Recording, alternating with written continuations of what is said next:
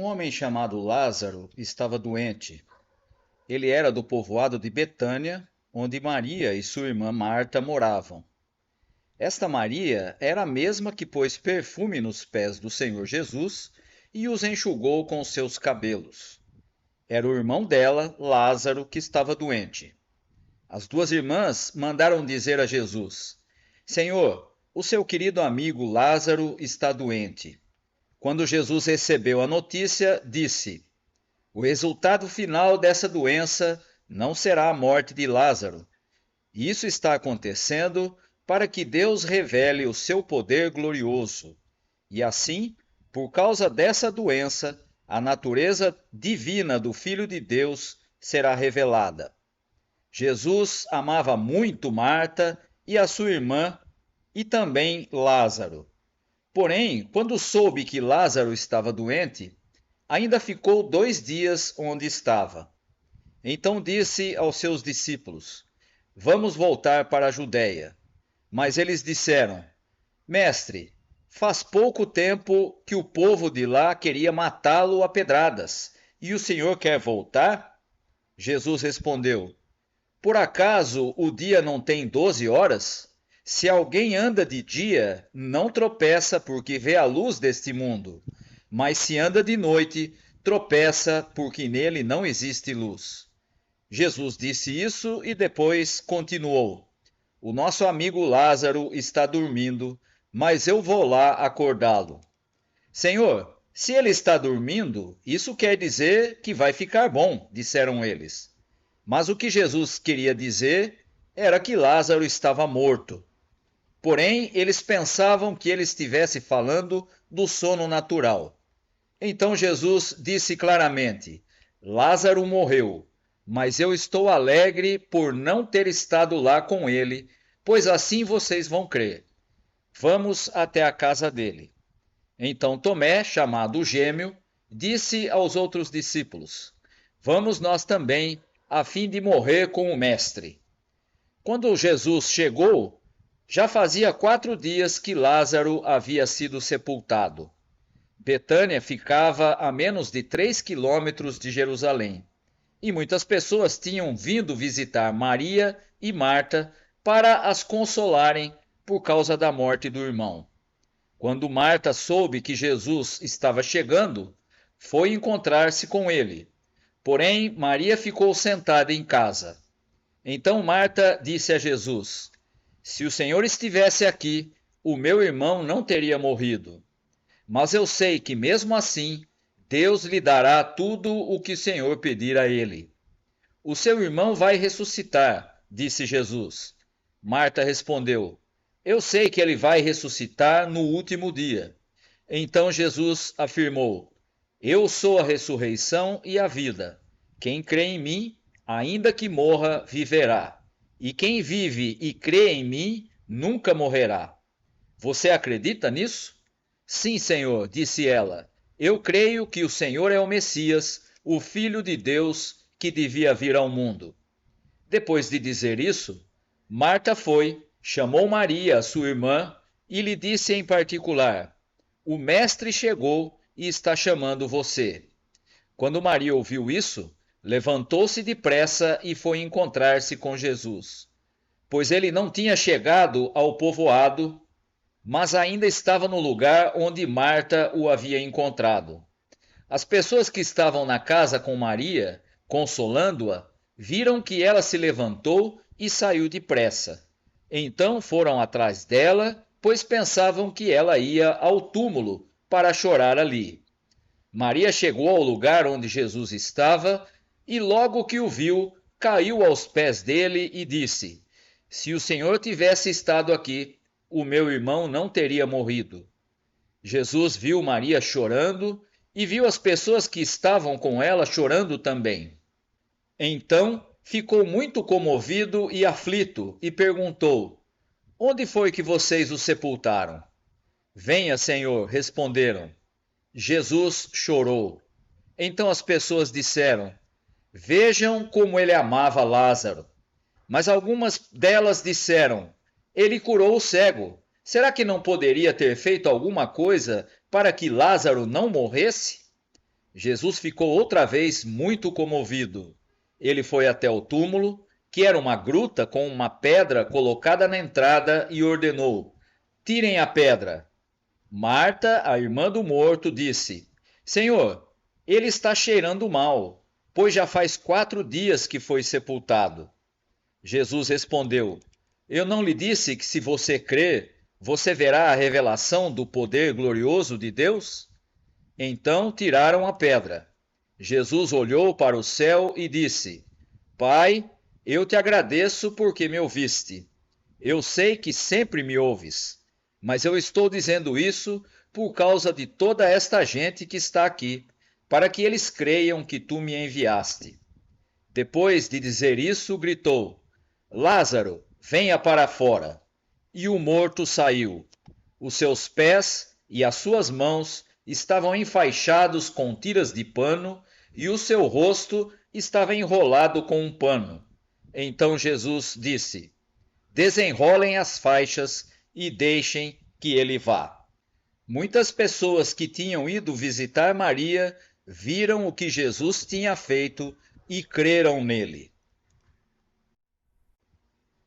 O Evangelho de João traz 7 milagres realizados por Jesus.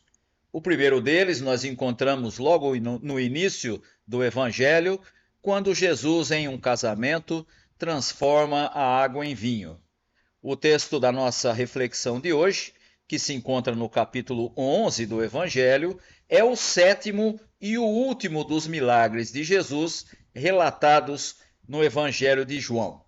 E esse último milagre é bastante significativo porque ele traz a primeira vez em que encontramos a vitória sobre a morte. O texto nos informa que Lázaro era um amigo querido de Jesus. E isso nos revela um fato bastante importante sobre Jesus. Mesmo sendo o Filho de Deus, o Messias, aquele que era aguardado pelo povo de Israel e o aguardado por todas as nações, Jesus se relacionava com as pessoas, demonstrando dessa forma a sua plena natureza humana. Jesus, diferente do que acontece com tantos outros messias de sua época, se revela como alguém plenamente humano. E o texto também nos informa de que a doença de Lázaro não resultaria na morte, mas sim na revelação da natureza divina do Filho de Deus, o próprio Jesus. E encontramos então Jesus antecipando a sua própria ressurreição. E então fica evidente também que, além de ser plenamente humano, Jesus também é plenamente divino. Ele mesmo sabe qual é a sua posição e qual é o destino do seu ministério. Ele também terá de morrer e ele será ressuscitado pelo Pai. Jesus sabia da doença de Lázaro e, no entanto, o texto nos diz que, mesmo sabendo, ele ficou 2 dias sem ir para lá. E percebe-se aqui que Jesus tinha uma compreensão bastante clara do tempo, do chamado Kairos, o tempo de Deus. Assim como a sua própria ressurreição, que aconteceria depois de um tempo, aqui também encontramos Jesus tendo consciência da percepção do tempo de Deus. Ainda não era o momento dele ir para a casa de Lázaro. Ainda que ele morresse, Jesus sabia que as coisas seriam revertidas. E por isso nós encontramos Jesus dizendo que Lázaro estava dormindo. De fato, ele estava morto, e o próprio texto nos informa isso. Mas Jesus usa esse termo para designar que essa situação era provisória, que a situação de Lázaro, estando morto, é provisória e será modificada. E é significativo encontrarmos as 2 irmãs de Lázaro, tanto Marta quanto Maria, fazendo a mesma afirmação a Jesus: se o Senhor estivesse aqui, o meu irmão não estaria morto. Marta confia no poder de Jesus, sabe que se ele estivesse ali, ele seria capaz de mudar aquela realidade. No entanto, Marta não entendeu aquilo que Jesus disse.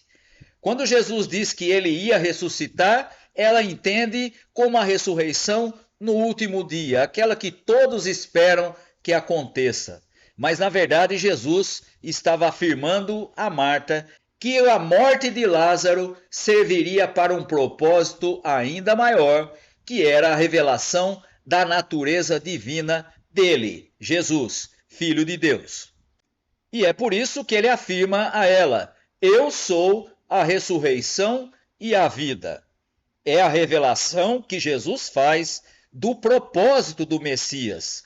O Messias é aquele que traz vida onde impera a morte. E a vitória agora será sobre o último inimigo. O apóstolo Paulo fala a respeito disso lá no capítulo 15 de 1 Coríntios, quando ele afirma que o último inimigo a ser vencido seria a morte. E aqui é exatamente isso que acontece.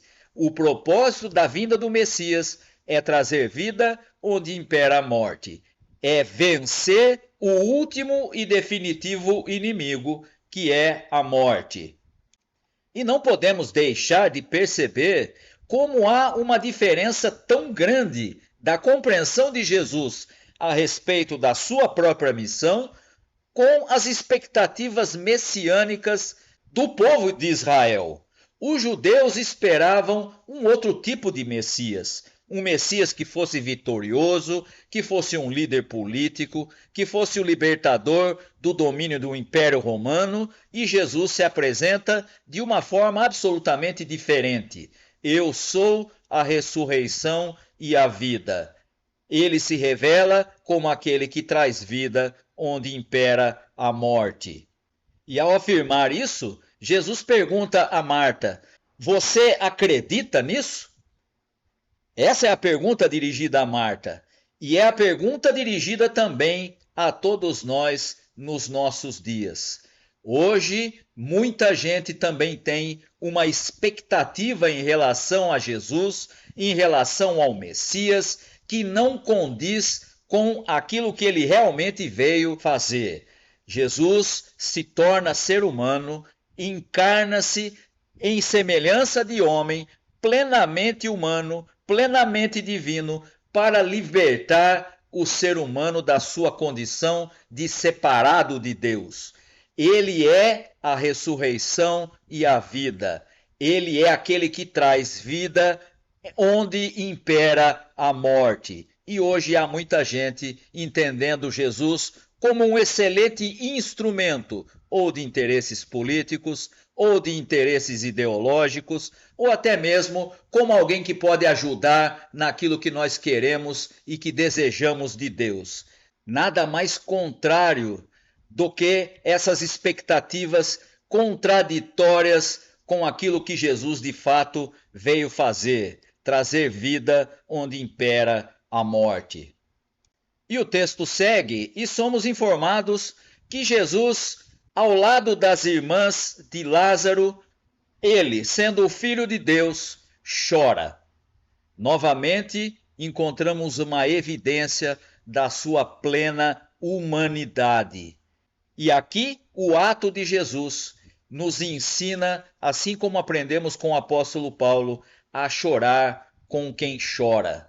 Isso significa empatia, isso significa estar junto com alguém, sofrer com o que sofre, chorar com o que chora, alegrar-se com o que se alegra. Isso é empatia. E essa atitude de Jesus deve servir de exemplo para aqueles que são seus seguidores nos nossos dias. Quantas não são as pessoas no nosso tempo que não têm qualquer empatia por aqueles que sofrem, por aqueles que padecem, por aqueles que não têm comida, por aqueles que são desprezados pela sociedade, por aqueles que são estigmatizados, seja por sua cor, por sua condição social, por sua condição econômica, por sua opção sexual, pessoas que são colocadas à margem e que muitas vezes aqueles que se identificam como seguidores de Jesus, simplesmente os ignoram. Em Jesus não encontramos esse tipo de atitude. Jesus é alguém solidário. Jesus é aquele que chora com os que choram. Se queremos ser seguidores de Jesus, precisamos aprender com a empatia que ele demonstra em todas as ocasiões em que o Evangelho fala do seu relacionamento com as pessoas. Mas não espere muita compreensão das pessoas com a empatia que Jesus demonstrou. O próprio texto nos informa que as reações foram contraditórias. Por um lado, alguns diziam: veja como ele amava a Lázaro.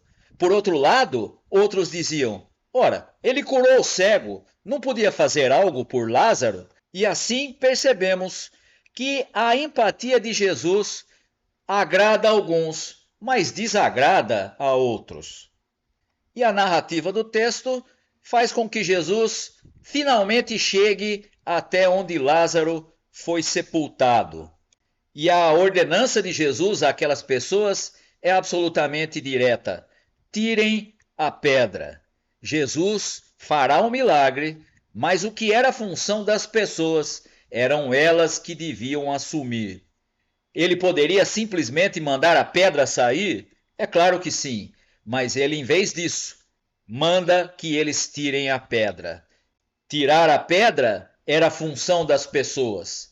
Ressuscitar a Lázaro era a função de Jesus. E também nesta ordem de Jesus, podemos aprender algo importante para as nossas vidas nos dias atuais.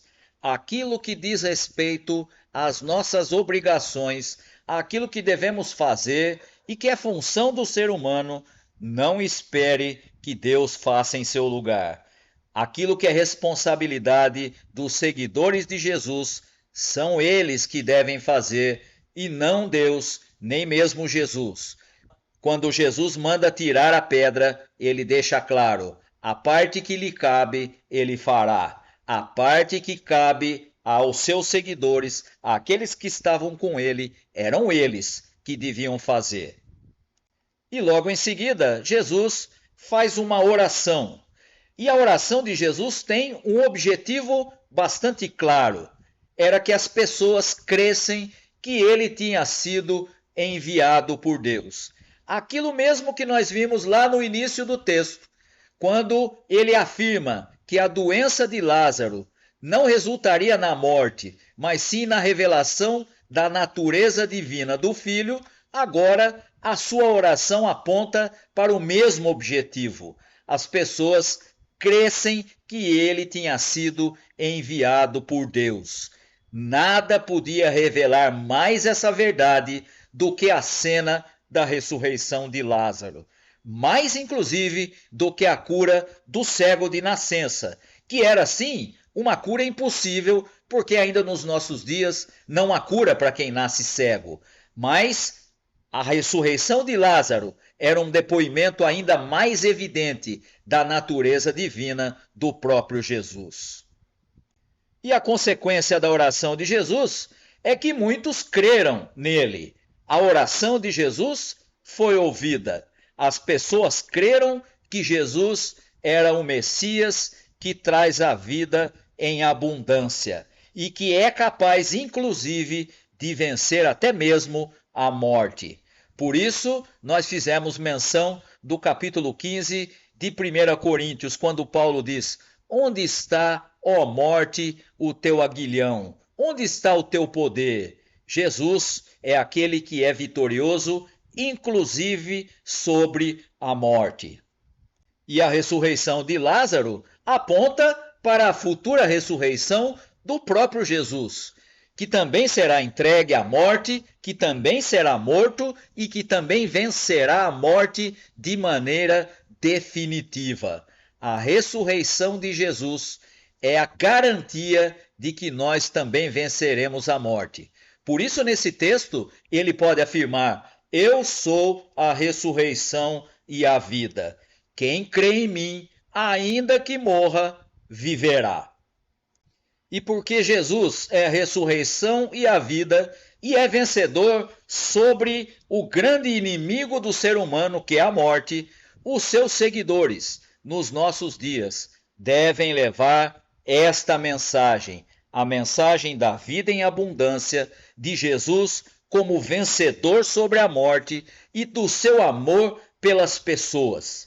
E, obviamente, como seguidores de Jesus, precisamos aprender a imitar o seu exemplo, a seguir o seu exemplo, sobretudo da empatia com aqueles que sofrem, com as pessoas necessitadas. Não se pode ser seguidor de Jesus se não tivermos a mesma empatia que encontramos no Mestre. Jesus ressuscitou a Lázaro e pouco tempo depois, Lázaro morreu novamente. Mas a ressurreição de Jesus aconteceu uma única vez e ele está vivo e é o Senhor sobre todas as coisas, lugar que lhe foi dado pelo próprio Deus. Ele é a ressurreição e a vida. Temos vida por causa dele. Devemos levar a sua mensagem, que é capaz de vencer a morte e que é capaz de salvar as pessoas, porque sim, ele é o verdadeiro Messias, plenamente Deus, plenamente humano. Seja essa a mensagem que as nossas comunidades de fé anunciam nos nossos dias, para que as pessoas sejam salvas do grande inimigo que é a morte. Que Deus abençoe aos irmãos e às irmãs. Amém.